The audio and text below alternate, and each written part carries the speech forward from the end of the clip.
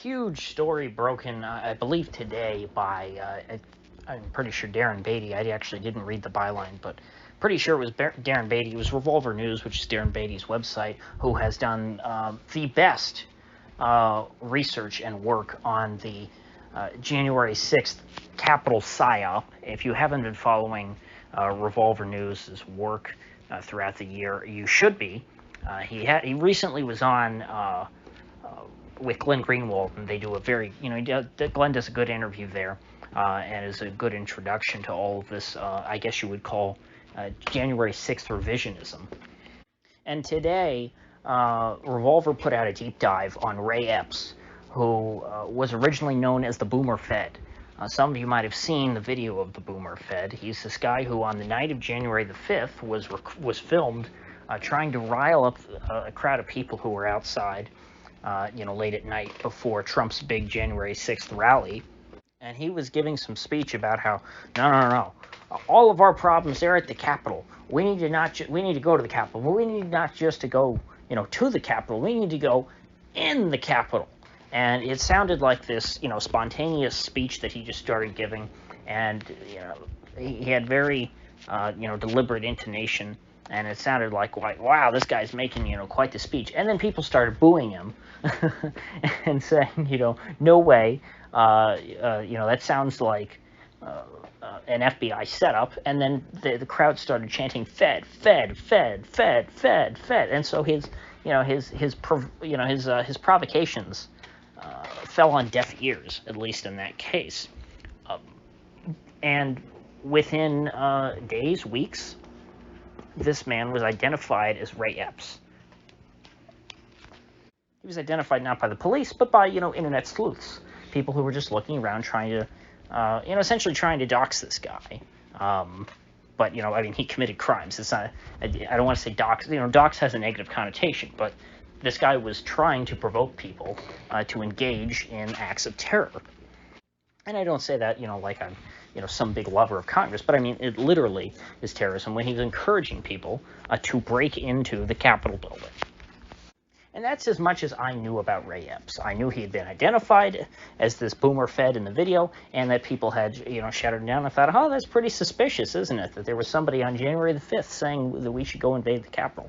Well, I'm sure a lot of this has come out since, and I just haven't seen all of it, but Darren Beatty's piece here goes over a whole lot of stuff, including a lot of new details about Ray Epps that were definitely not known until today, or at least not put in print like this.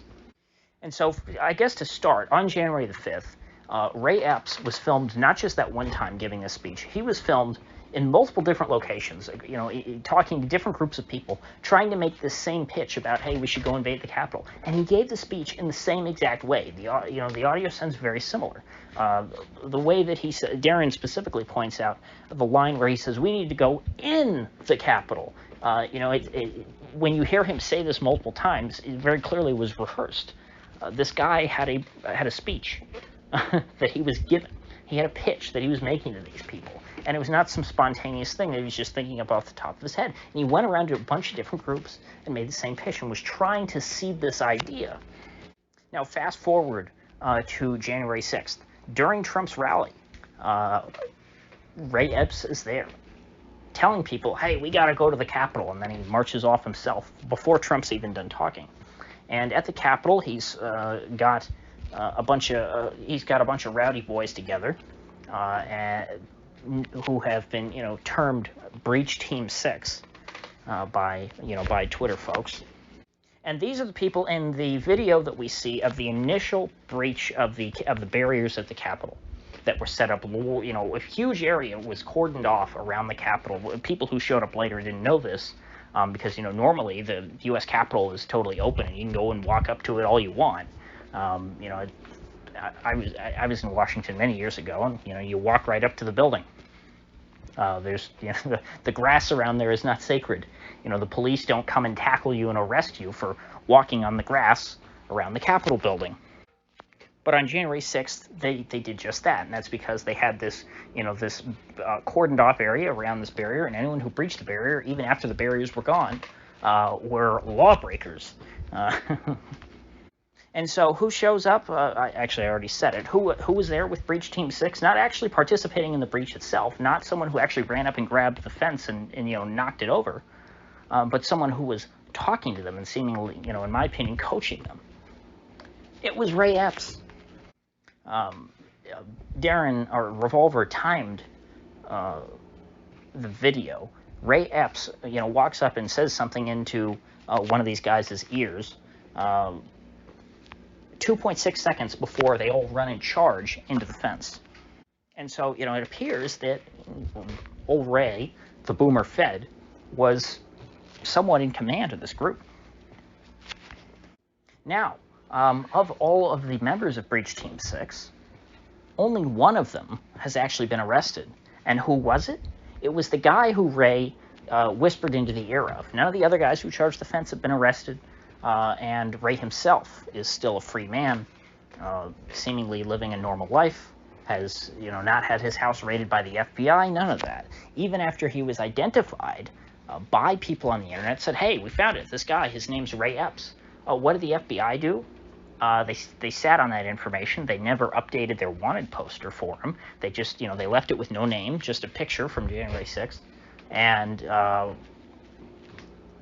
on, I believe it was June 27th, or maybe it was July 1st, I can't remember. But it was right after Darren Beatty published his story about Stuart Rhodes, who was the leader of the Oath Keepers, who, for some reason, despite supposedly orchestrating a conspiracy of Oath Keepers to,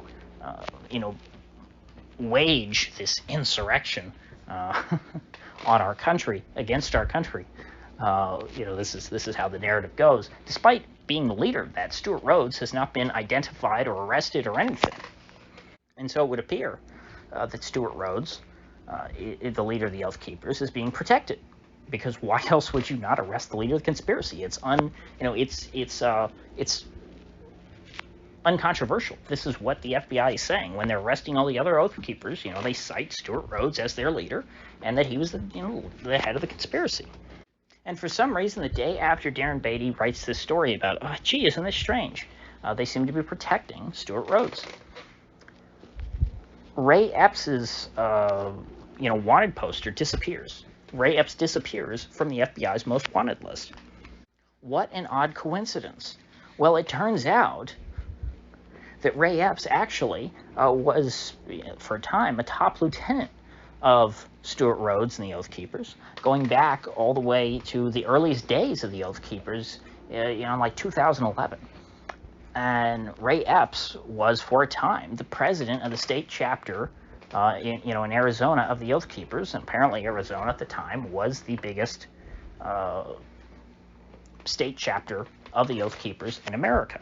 And so you have arguably, this one, perhaps the second most important guy within the Oath Keepers, the head of their largest state. Then you have the guy who's the leader of all 50 states above him, Stuart Rhodes.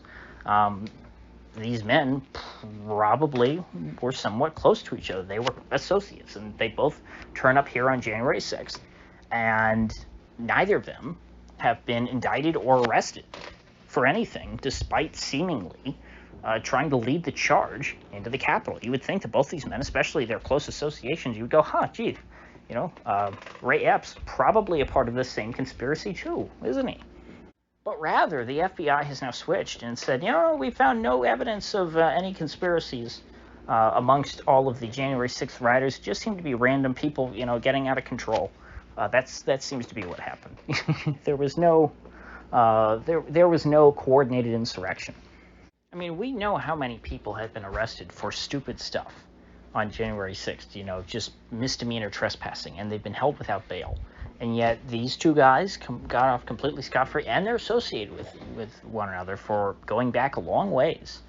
And the way that Epps was, reciting this rehearsed speech about how, we got to charge into the Capitol, when nobody else was talking about that. He's the only one. You can't find anybody on January 5th talking about sieging the Capitol. And the same is true on January the 6th. It's only Ray Epps. And, who's there? Seemingly giving the order at the initial breach on January the 6th that led to, the floodgates being opened? It was Ray Epps, the boomer Fed. So hopefully I've enticed you through all this, because I've gone over the major details, but there's so much meat in this article, you really have to sit down and read it for yourself.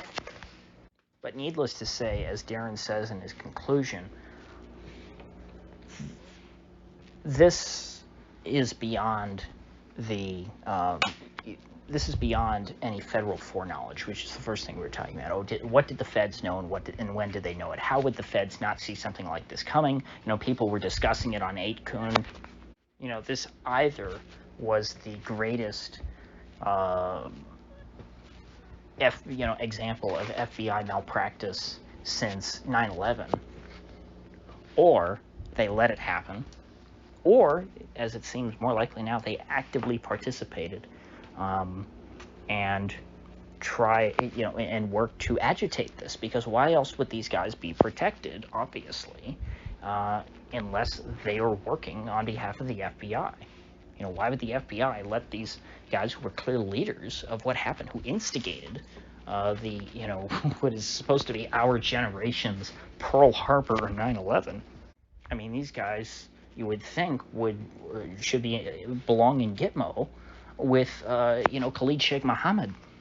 Yet they're both sitting at home in, I believe, Nevada and Arizona, respectively. So I assume we're going to get a lot more details. And of course, there are details on more people than just these two. These are just the two that I wanted to talk about today. Really, I'm going to link to the article. Read it yourself. There's a lot more that Darren has written about over the course of the year. I'm sure there's a lot more that we're going to learn in the future that's going to make this even more clear. But I mean, to me, this is it's incredibly important, because the January 6th thing is going to be used to justify, just like with 9/11, used to justify so much in the future. Never let a good crisis go to waste. And if there are no good crises which present themselves, sometimes it makes sense to manufacture your own crisis. So with that said, I will see you folks back here tomorrow.